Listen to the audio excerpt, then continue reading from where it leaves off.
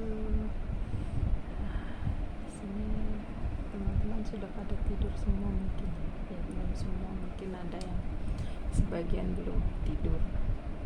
Nah, di sini sudah pukul 12.40 gitu, tapi saya belum bisa tidur dikarenakan saya selalu kepikiran abang saya yang di Indonesia. Dia awalnya beberapa hari yang lalu itu awalnya dia mengeluh sakit jantung, dan jantung dia terasa sakit. Memang dia itu ada riwayat sakit jantung ya, jantung koroner udah lama. Cuman kemarin itu dia mengeluh sakit jantung. Terus tadinya dia tidak mau dibawa ke rumah sakit, tapi dipaksa karena istrinya itu sangat khawatir, takut dia kenapa-kenapa, jadinya suruh pergi ke rumah sakit. Nah, sebelum ke rumah sakit, abang saya itu periksa swab test corona. Pertama dia swab test itu dia negatif, tapi yang saya heran, dia sudah negatif, kenapa oleh dokter disuruh pergi ke rumah sakit umum untuk cek COVID lagi. Nah, setelah sudah sampai ke rumah sakit umum, tadinya abang saya tidak mau, suruh pergi ke rumah sakit itu tidak mau, suruh cek lagi tidak mau, karena dia sudah tahu hasilnya itu negatif. Tapi oleh beberapa dokter, abang saya itu dipaksa suruh ke rumah sakit untuk cek COVID. Akhirnya abang saya mau pergi ke rumah sakit umum untuk tes COVID. Nah, setelah dites lagi ternyata menjadi positif. Itu yang membuat saya sampai sekarang itu masih kepikiran, benarkah seperti itu atau akal-akalan, ya mungkin ada oknum tertentu gitu. Pertamanya dites negatif, setelah hanya beberapa jam, mungkin sekitar pukul 12 kalau enggak pukul 1 siang hari Jumat itu dites COVID, swab test, hasilnya negatif. Pas dibawa ke rumah sakit umum jam 9 malam itu hasilnya keluar dari rumah sakit umum itu, tapi hasilnya jadi positif. Itu yang saya heran sampai sekarang, apakah di Indonesia semua rumah sakit seperti itu? Setiap orang yang sakit dinyatakan corona, setiap orang yang sakit dinyatakan corona.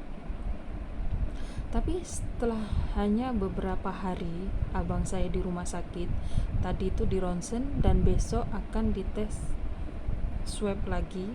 Kalau seandainya hasilnya negatif, sudah boleh pulang. Kalau seandainya benar-benar positif COVID atau positif corona, pasti lebih dari 1 minggu dong. Tapi abang saya itu masih 6 hari, mungkin dari hari Jumat, sekarang hari Jumat ya, sekitar hampir 1 minggu, baru 1 minggu itu sudah boleh pulang. Dan abang saya itu di rumah sakit dia tidak menggunakan oksigen, tidak menggunakan infus, tapi abang saya biasa. Tapi kenapa kok bisa dinyatakan corona? Padahal kalau seandainya betul-betul corona, dia mau nafas saja susah, harus dibantu dengan oksigen. Nah, suami saya yang di sini belum percaya sampai sekarang kalau abang saya itu betul-betul terkena corona. Soalnya apa? Corona itu tidak boleh dicampurkan dengan pasien lain. Dan kalau corona itu di karantin itu pasti lebih dari 14 hari. Kalau betul-betul COVID ya, betul-betul corona. Nah, sedangkan abang saya di rumah sakit itu dalam satu kamar itu 2 atau 3 orang. Dan abang saya baru 1 minggu sudah dicek kembali, dikatakan kalau hasilnya sudah negatif itu boleh pulang. Itu yang membikinkan saya sampai sekarang itu masih kepikiran abang saya. Kalau di sini nggak seperti itu.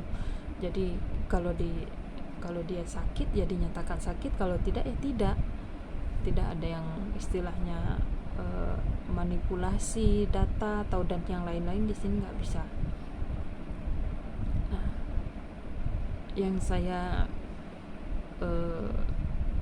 herannya atau yang saya sesalkan itu di sana, kalau memang seperti itu hanya istilahnya memainkan pasien-pasien seperti itu, kan kasihan pasien.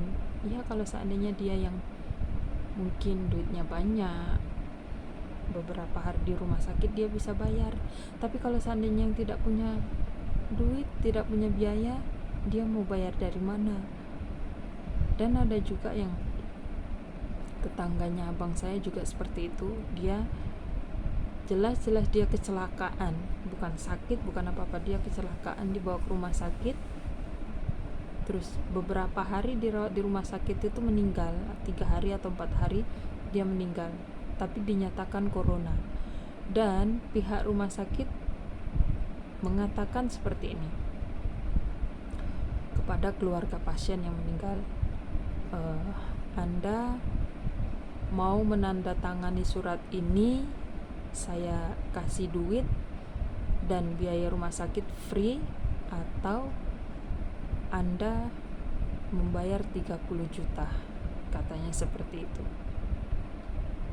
Pas dibaca oleh keluarga korban, ternyata surat itu surat pernyataan COVID. Keluarga korban bingung dong, dia mau mengatakan COVID atau tidak. Kalau seandainya dia tidak mau menandatangani surat itu, keluarga korban itu suruh membayar 30 juta cash. Sedangkan keluarga korban kan orang biasa, dapat duit dari mana? Kan kasihan. Apa mereka itu tidak mikir bagaimana perekonomian di Indonesia kalau seandainya terus-terusan seperti itu? Mungkin kalau seandainya yang dokter, perawat, orang kesehatan, dia masih terus dapat duit. Selama ini mereka dipuja-puja. Mungkin adalah sebagian yang memang betul-betul dia berjuang untuk menyembuhkan COVID, itu sangat dihargai. Tapi ada juga yang sebagian seperti itu, hanya mempermainkan masalah COVID. Sedangkan orang yang usahanya kecil-kecilan macam pedagang kaki lima dan yang lain-lain, banyak yang tutup karena COVID.